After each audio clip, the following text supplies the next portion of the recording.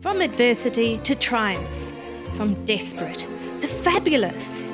Join me, Georgie, and a lot of time spent in curlers on my inaugural video where you can catch a glimpse of the Wearable Arts Awards in Wellington, New Zealand, get inspired and turn your own hand to making a boned bodice dress with your own style and flair. So come hither and don't dither. Let's get together and share knowledge and interests and make more magic happen. But first, I have to get to Wellington or none of this video would have ever happened. So excuse my my look this morning. I woke up very early to get my flight to go to Wow Awards. Didn't we rush? Yeah, and found out our flight is cancelled and that now we might have to do a massive 8-hour road trip to get to the show tonight. Not very happy, but we'll see how we go.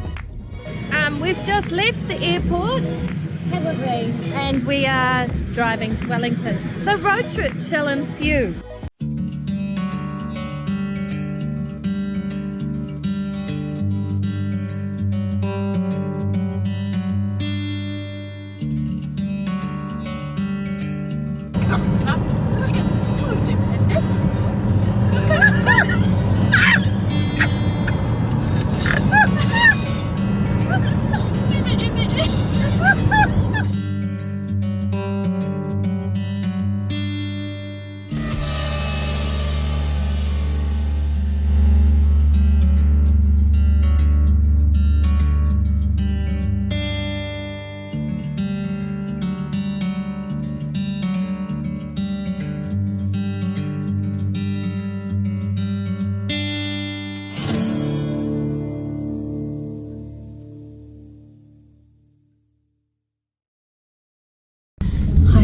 We've made it. Are you glad? Are you glad? Are you pleased? Yes, we are actually going. We just made it. 5 minutes to go.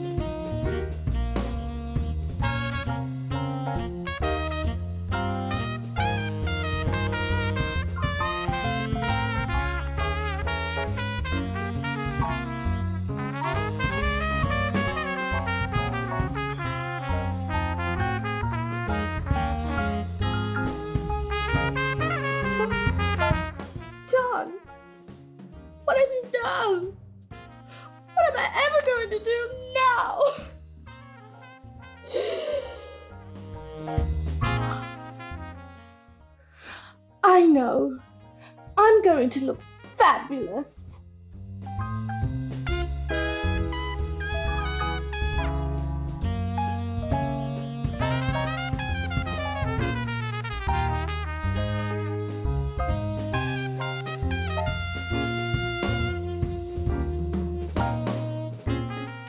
It's time to get your sewing kits out, queens, and learn how to make your own version of fabulous. Now this tutorial may be suited to those with a bit more experience, but you can certainly watch and learn no matter what level you're at. So let's show those Johns of the world what they're really missing out on. First step is to create your bodice pattern on either a mannequin in your own size or your own body using a thick, tight-fitting top. Here I will show you the method for creating the pattern on this dressmaker's mannequin. With masking tape, create the desired bust line. I like to take it right around the body to get a better idea of how it will look, adjusting any changes by eye. Now for the rest of the pattern. We only need to work with one side of the body as the other side will just be mirrored. Tape your boning lines over the bust, at the centre front, the side, between the side and centre back, and finally the centre back. As you can see, I have also taped the bottom of the bodice at the smallest part of the waist.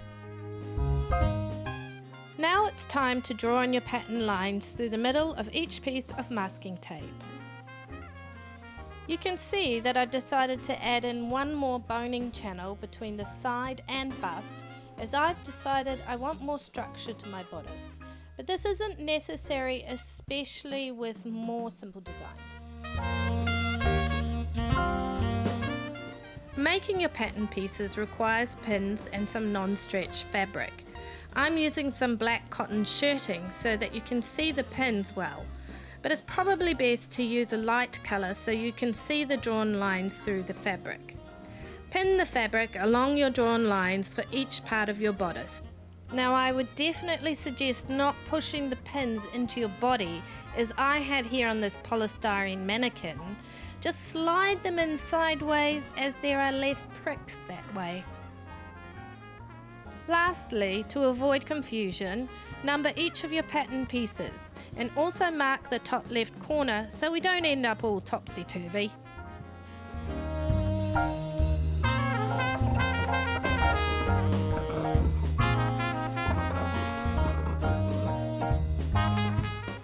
So here we have your pattern piece, but with no seam allowances added as yet.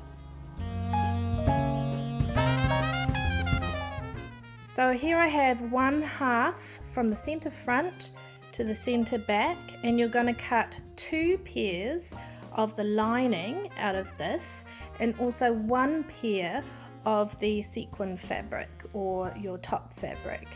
And the other thing you have to do is you're going to have to minus the seam allowances at the side, measure the bottom of these pieces here and add them together and times them by 2, because you need to know the circumference around your body so that you can match that to the top of your skirt. To make sure your bodice fits, sew a mock-up with the zipper sewn at the centre back, omitting the top and bottom seam allowances to be able to see the cut. Make sure the waistline is balanced and straight, and make any adjustments to the pattern as needed.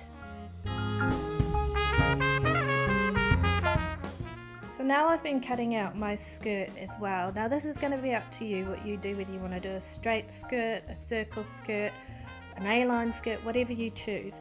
Just see that I've folded this into quarters, and this is a quarter of a circle, so I'm making a full circle skirt. So I have to make sure that the circumference here, this will be times 4, is the same as the bottom of my bodice, so that I can fit it onto the bodice.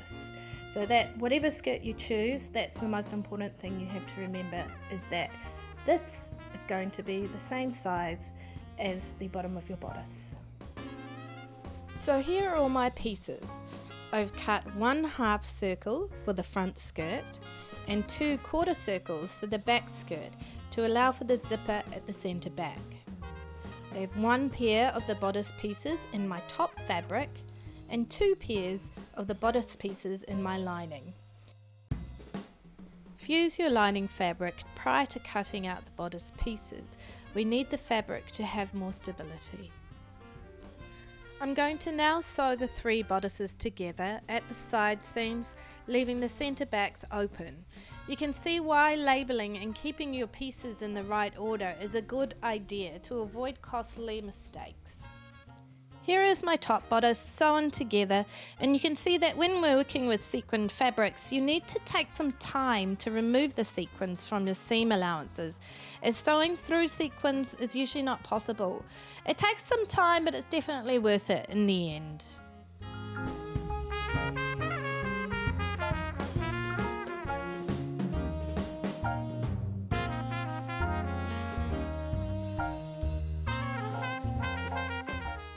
I'm sewing the 2 bodice linings together, again leaving the centre back open for the zip, because very soon after pressing the seams flat, we are going to prepare them for the boning.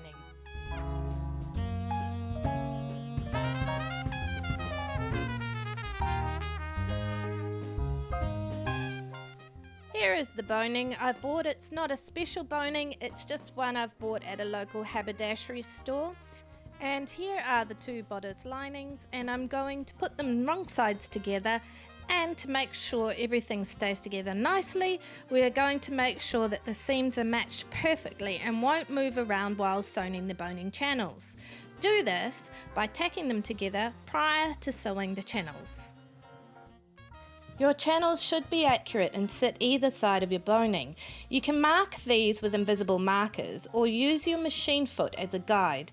I've chosen here to follow on my seam line, and it gives me the right width. After sewing your channels, stitch 1 centimetre across the top. Cut your boning to size, leaving 1 centimetre free at the bottom. Slide in your boning.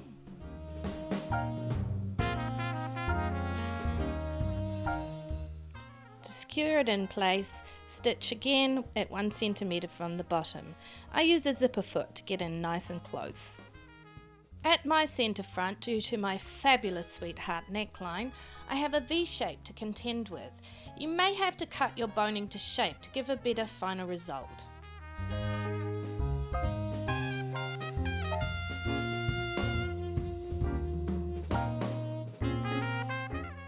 Wow, isn't this looking exciting?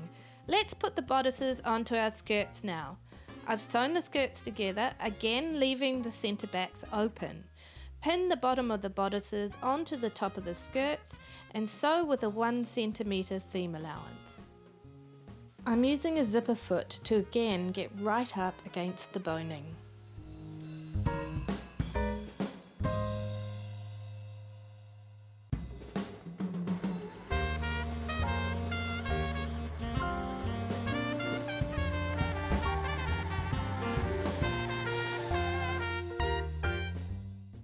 Now turn the dress right sides up. Turn the seams of the skirt up towards the bodice and top stitch down. My boning allows me to sew through it. If yours doesn't, just skip over the boning pieces. Do this for your top fabric bodice and skirt as well.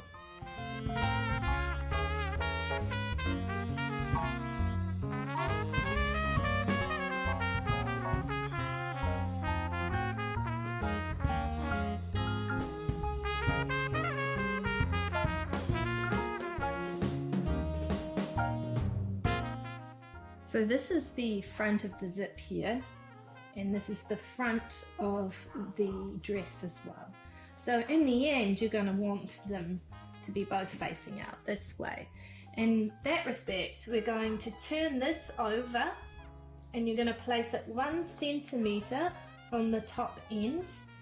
So your zip's going to end 1 centimetre from here, and you're going to take it down to just below your hips, or the widest part of your hips, and in my case it's going to be here, which is especially important if you have a fitted dress like on my other dress. But in this one, because it's a full circle skirt, there's a lot of room to get in and out. So here is my zipper pinned, and to sew an invisible zipper we're going to have to undo it, and you can see it's quite a bit longer than I need it. That doesn't matter.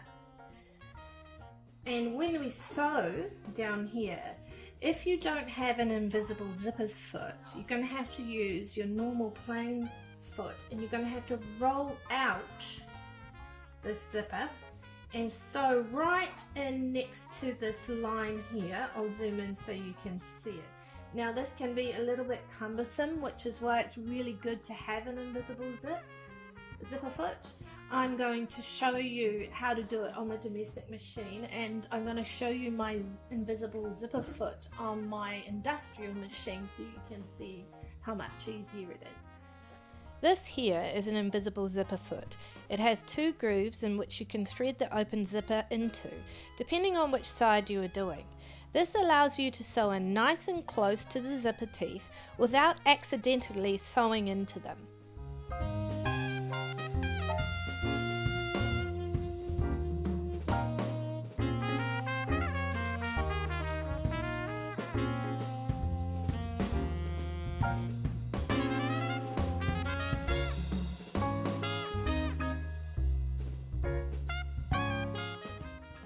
So I have sewn one side on here, and now we're going to sew the other side. So you're going to have to zip up your zipper. Yay, nothing caught.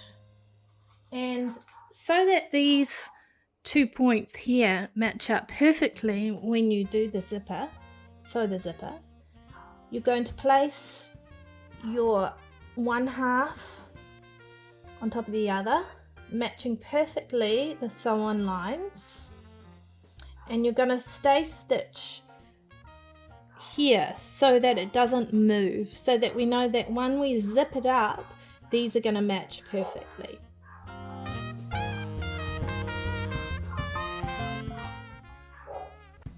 Now your zipper is sewn in, let's attach the lining to it. Firstly, remove foreign objects from on top of your sewn lining piece. Now we have to trim 1 centimetre from the top of the centre back, tapering down to the bottom zip point, meeting the original side seam.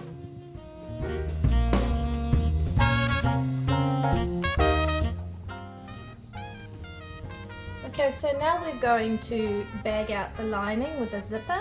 So here we have our top fabric with the wrong sides up, our lining fabric with the wrong sides up.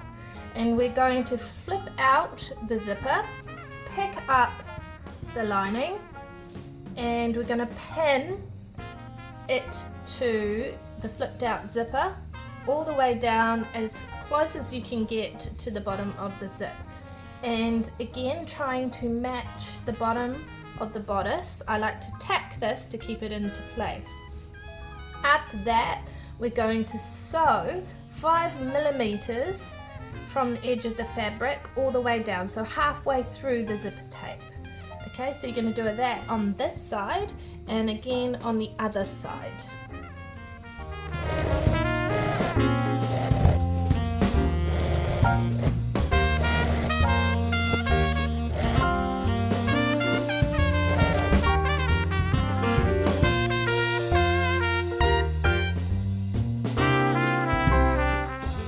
Pin the side seams of the skirt lining under the zipper.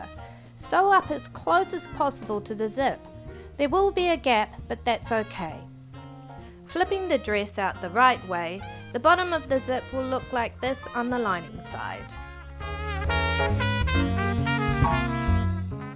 I had forgotten to film this earlier, but you need to sew the skirt of the top fabric as well, meeting where the zip closes. With your dress turned out the right way, I can say we are so close now to the finale. Pin your bodice lining and top fabric together, matching your seams, and grab your bias binding. Open up the top of your binding and pin it to the top of your bodice, leaving excess binding at either end. Place the top crease of the binding at the 1 centimetre seam mark and straight stitch along it. You will need to pivot at your centre V and clip the seam to this point. Fold the centre front in half, right sides together. Sew at 45-degree angles into the binding, making sure the top flap is turned back over. Clip again to the centre of the triangle. Now you can flip your binding over nice and easily.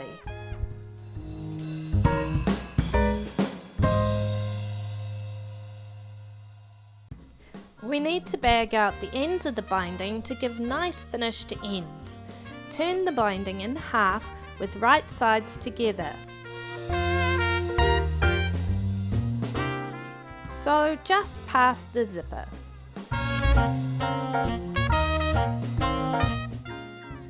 And we're going to then go over to the iron and press this out that way and then over that way, and I'm actually going to just hand stitch or slip stitch this binding down. Here you can see the finished ends, and after having slip stitched the binding down, I then went ahead and top stitched the binding as well. Oh my, the race is on and I have meters of hem to sew, hence I time-lapsed it.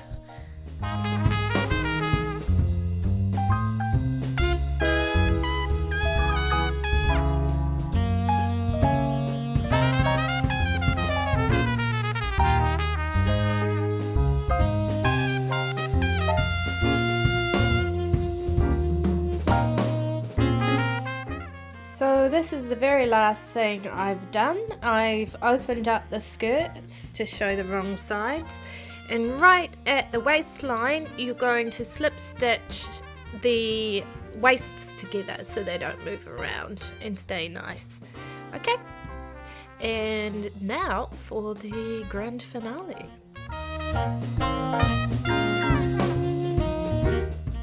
So you've seen me at my worst. Well, now, at my best. I indulged in a little photo shoot and now I feel redeemed and quite ready for that next project. It's been an absolute joy to know you've made it this far, and please do send me your versions. Next video features a downloadable pattern, sizes 8 to 28. Rashmi is seen here sporting her latest version of kimono.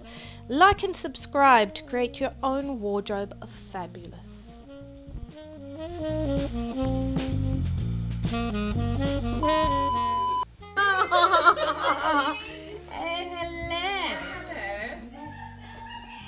You've caught me at a very bad time. Yes, I have a house full of children.